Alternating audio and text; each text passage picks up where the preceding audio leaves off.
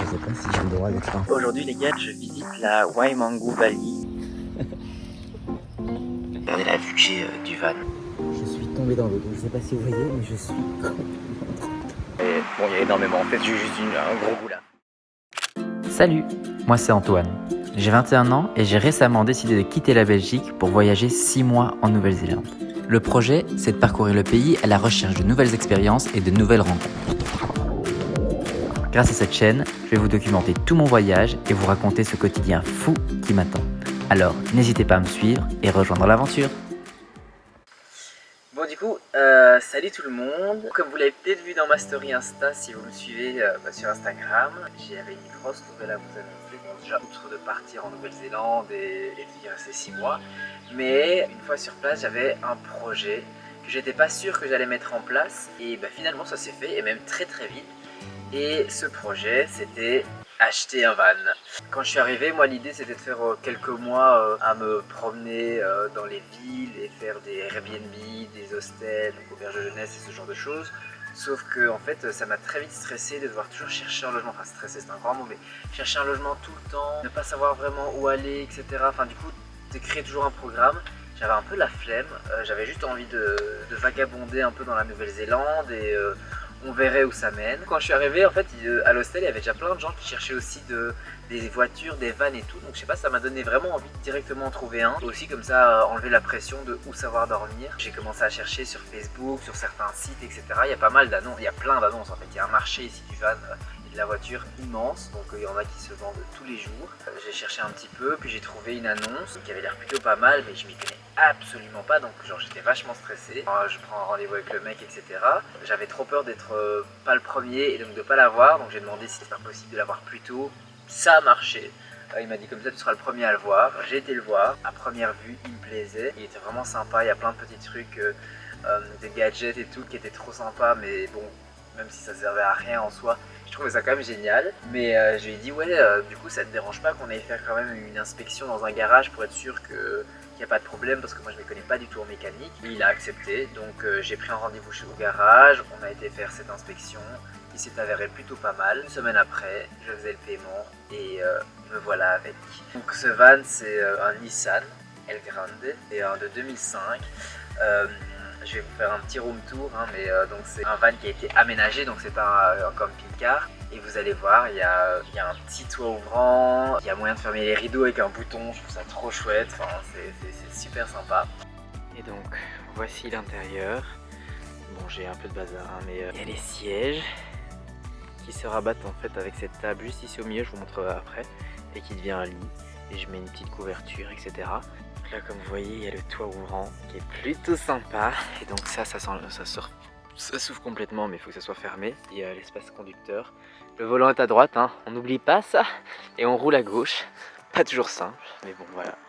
Et donc là, c'est l'arrière avec la petite cuisine. Donc j'ai un bidon d'eau propre, un bidon d'eau usagé, mon petit évier, un petit frigo. Et puis là, c'est les rangements, quoi.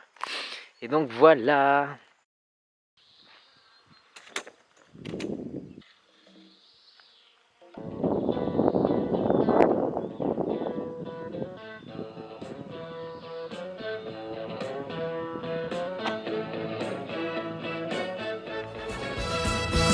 She ain't got no money, her clothes are kind of funny, her hair is kind of wild and free. Oh, but love grows where my rosemary goes, and nobody knows like me. She talks kind of lazy, and people say she's crazy, and her life's a mystery. Oh, but love grows where my rosemary goes, and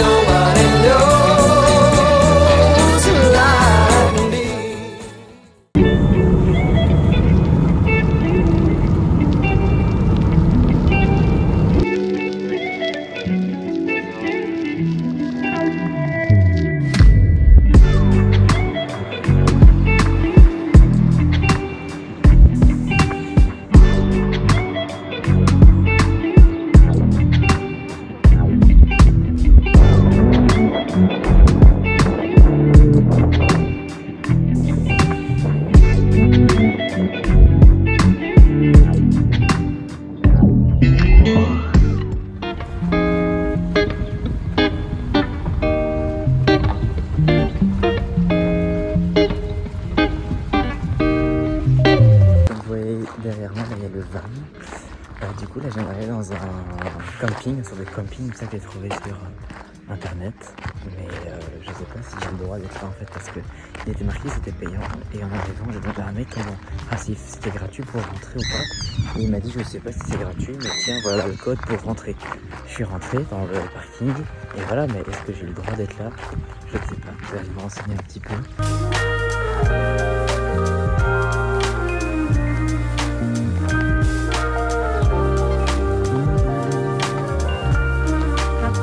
Je me retrouve en fait dans une sorte de ferme avec des champs, des animaux, etc. et des emplacements pour vannes. Et donc, oh, regardez les petites poules. Et donc, je me suis garé là.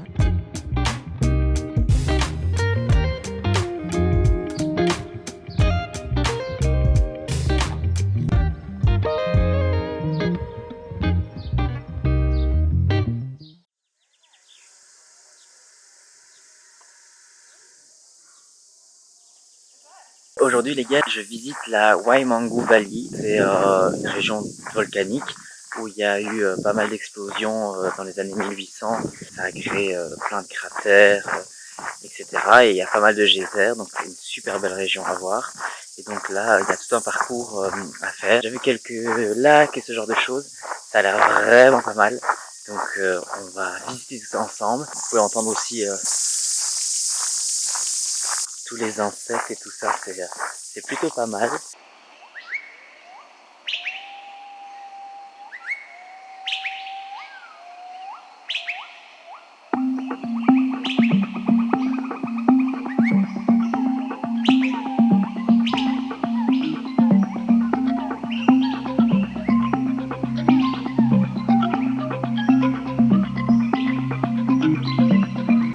Derrière moi se trouve le lac Frying Pan, qui veut littéralement dire poêle à frire.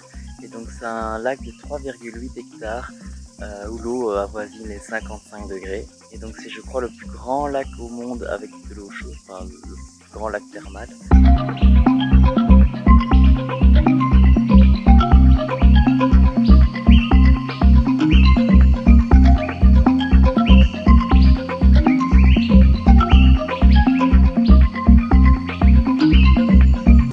En train de dire parce que je sais pas tout de moi-même, hein, ne vous inquiétez pas. On dirait que l'eau en fait est bouillante à la surface, mais c'est plutôt dans les profondeurs où elle est extrêmement chaude, où ça bout et du coup ça remonte à la surface et au final l'eau est pratiquement même froide à la surface, elle est pas si chaude que ça. J'irai quand même pas m'y baigner, mais donc voilà.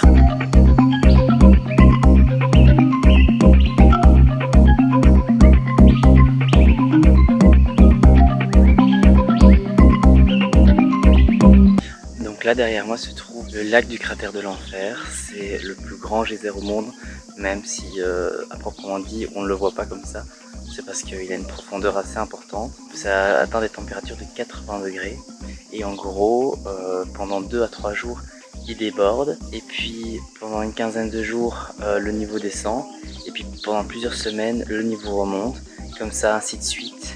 Il a une profondeur de 30 mètres. Donc c'est ce qui fait que c'est un des plus grands geysers au monde. L'eau est turquoise, je crois qu'il a un pH de 2,1, donc c'est assez impressionnant. Il y a une petite rivière qui lui permet de déborder.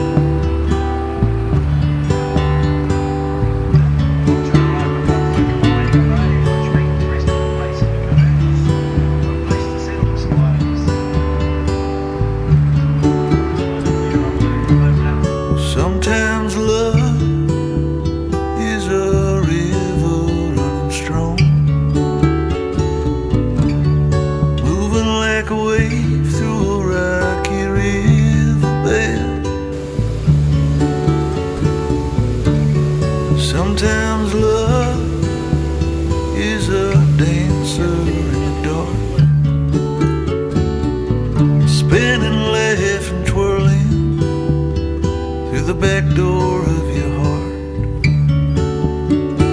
And every time I think of you, well, something happens in my mind. And every time I try to leave. Salut tout le monde. Alors hier j'ai quitté Topo en fin de journée. Donc en fait j'avais envie d'aller vers Napier. C'est une ville qui est sur la côte est. Et il y avait quand même je crois peut-être 3 heures de route. Et donc il était tard pour faire 3 heures de route. Donc j'ai trouvé un camping sur le long du chemin. Et je m'y suis posé hier soir mais dans le noir. Donc je ne voyais pas vraiment. Je savais qu'il y avait de l'eau. Mais regardez là je viens de me réveiller. Et regardez la vue que j'ai du van. Donc c'est tout ce petit cours d'eau là. C'est trop beau. Et donc maintenant là je vais me préparer, je vais me faire mon petit déj. Je vais ranger ici, donc je vais remettre tout ça sous forme de table.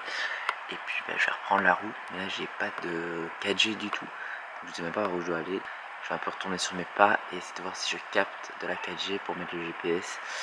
Et continuer quoi. Donc voilà, gros bisous.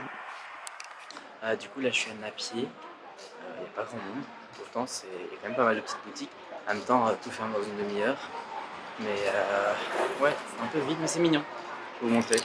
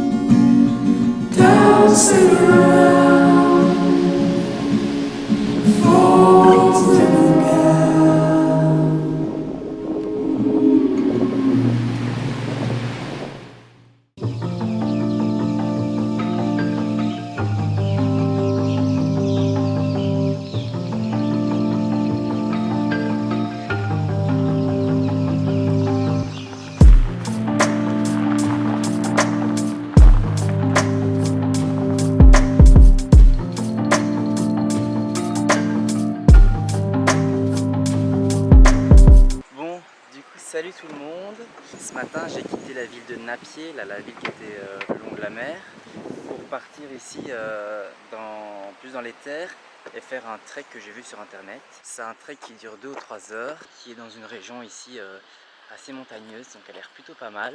Mais sur le site il était marqué que c'était niveau avancé, donc c'est genre un niveau très dur avec... tu dois avoir des compétences de survie et tout, donc ça me fait un peu peur. Genre là vous voyez c'est Tramping Track, le jaune. Je suis ici donc c'est ça que j'aimerais bien faire, sauf que le jaune Tramping Track il dit Challenging Day or Multi-Day Tramping including Navigation and Survival Skills. Ce qui me fait un peu peur en fait c'est Navigation, c'est-à-dire que je dois trouver mon chemin par moi-même. Bon, je sais pas dans quoi je m'embarque, franchement c'est un peu dangereux ce que je fais, mais je vais y aller doucement, je vais essayer de suivre un chemin. Si je dois faire demi-tour, je ferai demi-tour, c'est pas très grave. On va voir ce que ça donne. C'est peut-être pour ça qu'il n'y avait pas grand monde ici. J'ai fait même pas 1 minute. Je suis tombé dans l'eau. Donc je sais pas si vous voyez, mais je suis complètement tombé. J'ai même pas fait 20 mètres. Hein. Donc je vais me changer. Et puis je vais essayer de repartir. Mais ça a l'air chaud en fait, un peu cette balade. Bon, on va voir. Donc c'est littéralement ici que je me suis cassé la gueule. Donc là, comme vous voyez, un petit ruisseau. Et j'ai voulu monter sur ces pierres-là. Et j'ai glissé, je suis carrément tombé dans l'eau. Donc on va essayer de trouver un autre chemin, peut-être de ce côté-là. Yes, j'ai réussi à le traverser cette fois-ci, sans tomber dans l'eau. Donc on peut continuer. J'espère que c'était pas la partie la plus facile, parce que franchement, si c'est ça, je vais pas revenir vivant, moi je vous le dis.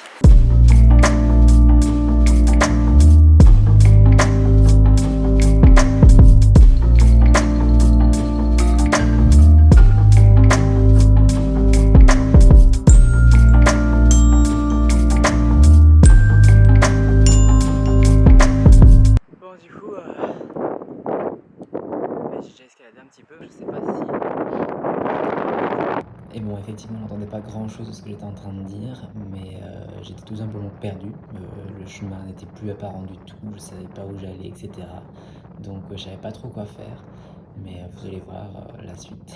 Bon, du coup, qu'est-ce que je fais? Je continue ou j'arrête? Enfin, je vais vous montrer, mais là, je suis déjà haut, hein.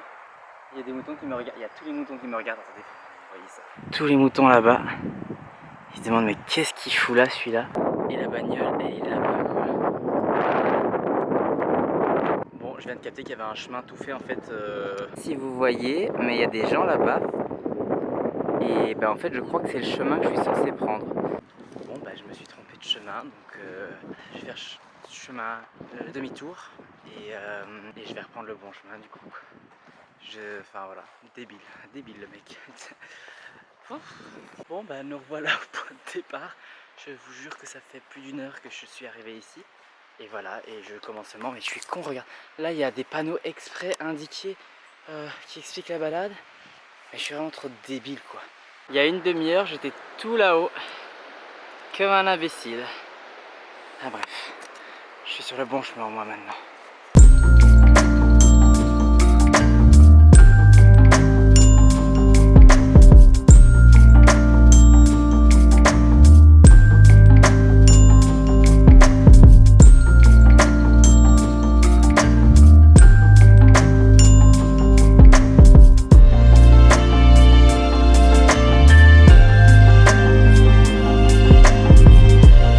Comme si j'avais pas déjà assez de mal comme ça, j'ai décidé de prendre la... Il y a 3 routes en fait, ici il y a 3 treks, un de 2 heures, entre 2 et 3 heures et entre 3 et 4. Donc je me suis dit je vais prendre celui de 2 ou 3, parce que celui de 2 heures c'est vraiment le même chemin retour, donc c'est 1 heure aller et 1 heure retour sur la même route. Tandis que celui-là c'est un autre chemin pour revenir. Et il y a plein de beaux paysages apparemment. Donc bon, on va faire avec, hein, mais... Ça monte là, je suis épuisé.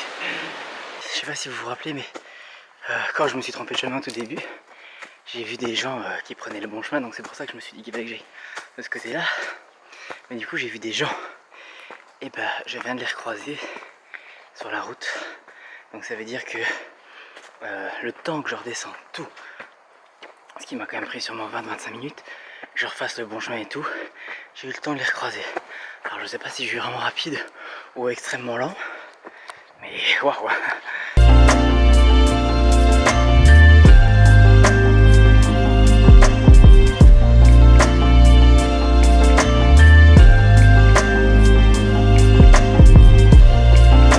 Et je sais pas pourquoi, mais j'ai un pressentiment que je vais arriver là où j'ai commencé tout au début, où je me suis dit ah non, je me suis trompé de chemin, où j'ai fait 1 heure et demie de trajet pour rien en fait, puisque j'ai fait aller-retour, et j'ai l'impression que je vais retomber là.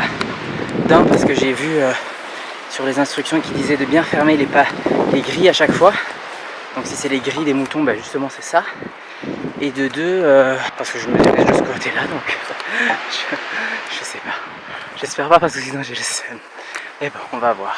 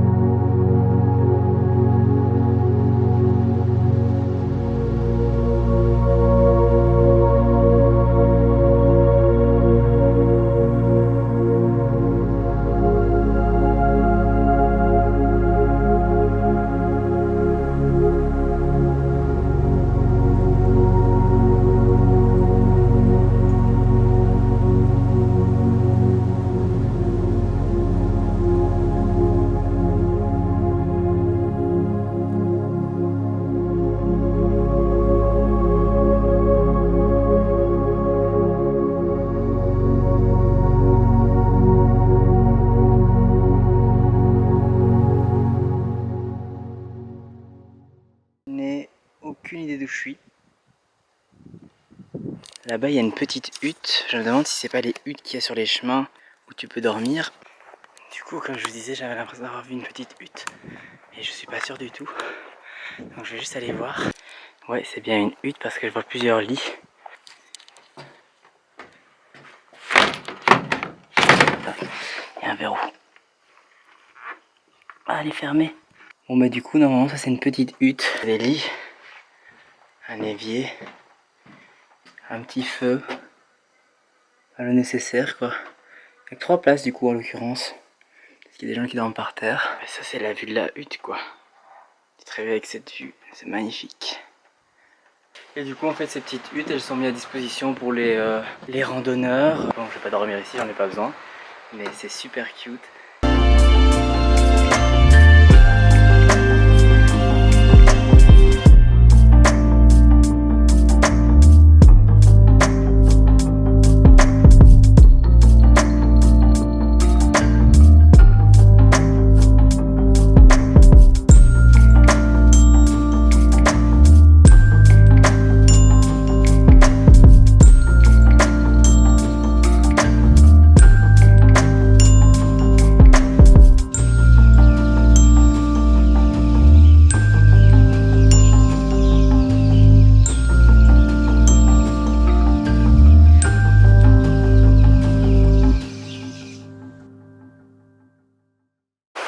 Et me revoilà au ruisseau.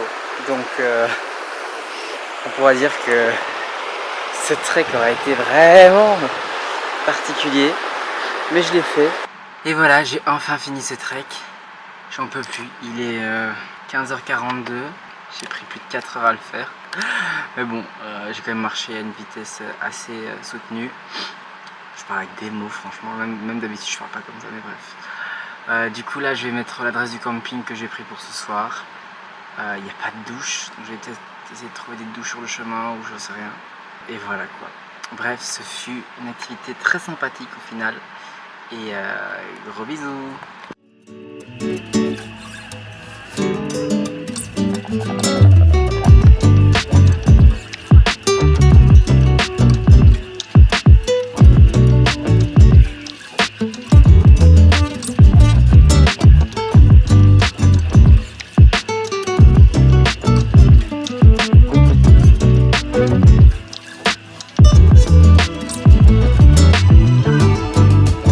Voilà mon petit repas pour ce soir. Bon, on dirait qu'il y a énormément, mais c'est parce qu'il y a plein de légumes et de salades en dessous. Et bon, il y a énormément. En fait, j'ai juste un gros goût là. Et regardez où je me suis posé. Juste à côté d'une rivière. C'est vraiment mignon. Là, je suis bien.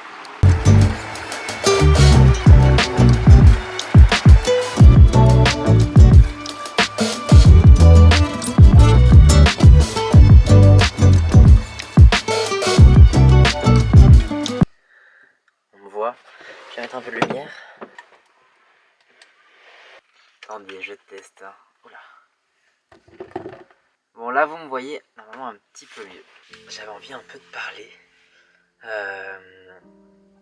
De raconter comment ça se passe. Je sais pas, genre, je sais pas ce que je vais dire exactement, mais genre juste un petit peu blablater. Du coup, maintenant, ça fait quelle journée? Ça fait 23 jours que je suis parti. Hein, et bah là je suis justement un peu dans une période où je suis nostalgique à la fois de ma vie en Belgique, de mes amis, de ma famille, de ce que j'avais l'habitude de faire. Et puis aussi je suis en ce moment un peu seul, c'est-à-dire que j'étais avec des amis jusqu'à présent, il y a encore 3-4 jours. Et on voyageait ensemble, etc. Puis bah là, chacun est parti un peu de son côté, on se retrouve dans littéralement 3 jours. Hein. Mais du coup là ça va faire genre 4-5 jours où je passe, où je voyage seul, etc. Et genre c'était un des buts aussi de ce voyage, c'était de réapprendre à vivre seul, à faire les choses seul, même si j'avais déjà l'habitude de le faire. Mais je m'étais bien rendu compte que j'avais quand même, j'étais arrivé à un stade où je prenais de plus en plus de mal à faire les choses moi-même. Des bêtes trucs, genre aller boire un verre, aller au ciné. Bref, j'étais arrivé à un stade où j'avais désappris à vivre seul. C'est-à-dire que j'avais toujours besoin d'une présence, j'ai toujours besoin d'être accompagné, etc. Et j'avais réussi à vaincre ça il y a quelques années. Puis là, avec le temps, avec les événements et tout, j'ai un peu perdu ce skill, on va dire. Et donc, c'était aussi le but de ce voyage, c'était de réapprendre à s'aimer soi-même, à vivre avec soi-même et d'être heureux avec soi-même, avant d'être heureux avec quelqu'un d'autre, bien évidemment. Et du coup, là, c'est un peu le début, même si c'est pas 4-5 jours qui vont changer l'intégralité de ma pensée d'esprit et de ma vision des choses. Mais c'est quand même le début et je le ressens que à la fois ça me fait du bien, mais à la fois c'est dur d'être seul, de parler à personne, de voir des gens autour de toi qui sont toujours en groupe, accompagnés, en couple, tout ce que tu veux. Et toi, t'es là, t'es seul, tu te dis purée, pourquoi moi j'ai pas quelqu'un d'autre? Puis tu te rappelles que c'est ton choix aussi et que justement c'est dans le but de pouvoir encore plus apprécier la compagnie de quelqu'un d'autre. J'espère que c'est clair tout ce que je dis. Ça fait sens dans ma tête, mais peut-être pas à l'oral. Mais bref, tout ça pour dire qu'effectivement, là, du coup, c'est une période un peu plus compliquée. Mais bon, du coup, ça m'empêche pas quand même d'arpenter les routes néo-zélandaises. Aussi, quelque chose dont j'aimerais parler, c'est un peu de la van life. Là, ça fait, j'ai acheté ce van, je sais plus, disons que ça fait une semaine. Je crois que ça fait une semaine que j'ai le van maintenant. C'est génial, franchement, c'est trop chouette de voyager en van comme ça. De partir où tu veux, t'es super libre. Mais je me rends compte aussi que 6 mois, est-ce que je vais vraiment faire 6 mois de van life? Je ne sais pas. Parce que effectivement tu rencontres directement moins de personnes. Il y a ce côté-là. Puis il y a aussi le fait qu'on part dans un truc qui fait 4 mètres carrés, 3 mètres carrés, j'en sais rien, enfin qui n'est pas très grand. Voilà, c'est difficile de vivre là-dedans littéralement. C'est aussi un autre mode de vie. Puis là je suis content, il fait chaud, etc. Mais quand il fera froid, ça va être autre chose aussi. Je sais pas, c'est aussi... c'est un peu perturbant parce que... Alors je sais très bien que j'ai un chez moi en Belgique et que j'ai une maison et tout, il n'y a pas de souci. Mais tu te dis, c'est ça ton logement, c'est ça ta maison. Et c'est bizarre parce qu'on parle d'un tout petit truc qui roule et qui peut en fait disparaître du jour au lendemain si t'as un accident, s'il fonctionne plus, j'en sais rien. Mais je sais pas, l'idée de faire sa vie là-dedans, c'est un peu perturbant. Alors je sais très bien que c'est que pour 6 mois, mais je sais pas, genre c'est une autre dimension et c'est un peu perturbant parfois. Mais voilà, et puis le confort il est pas pareil, mais voilà, en dehors de ça, c'est quand même une expérience de dingue. Je peux me poser à côté d'un ruisseau et ouvrir le rideau le matin, j'entends la rivière ou la mer ou les oiseaux, enfin, c'est génial. Et je crois que plus tard, je rêverais d'avoir un van, mais avec lequel je pars un week-end, une petite semaine par-ci par-là, pas vivre dedans quoi. Je parle beaucoup, qu'est-ce que je blablate, mais mes amis me manquent, ma famille me manque, mon quotidien me manque.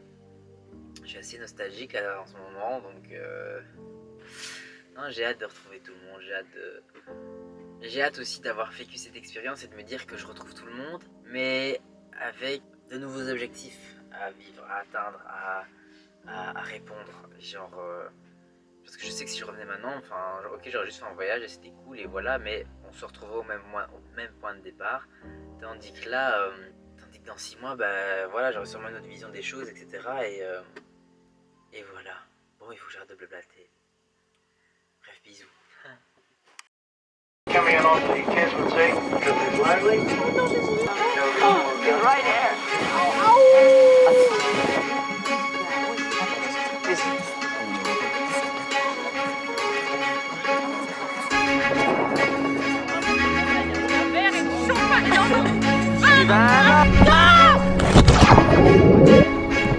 Yeah!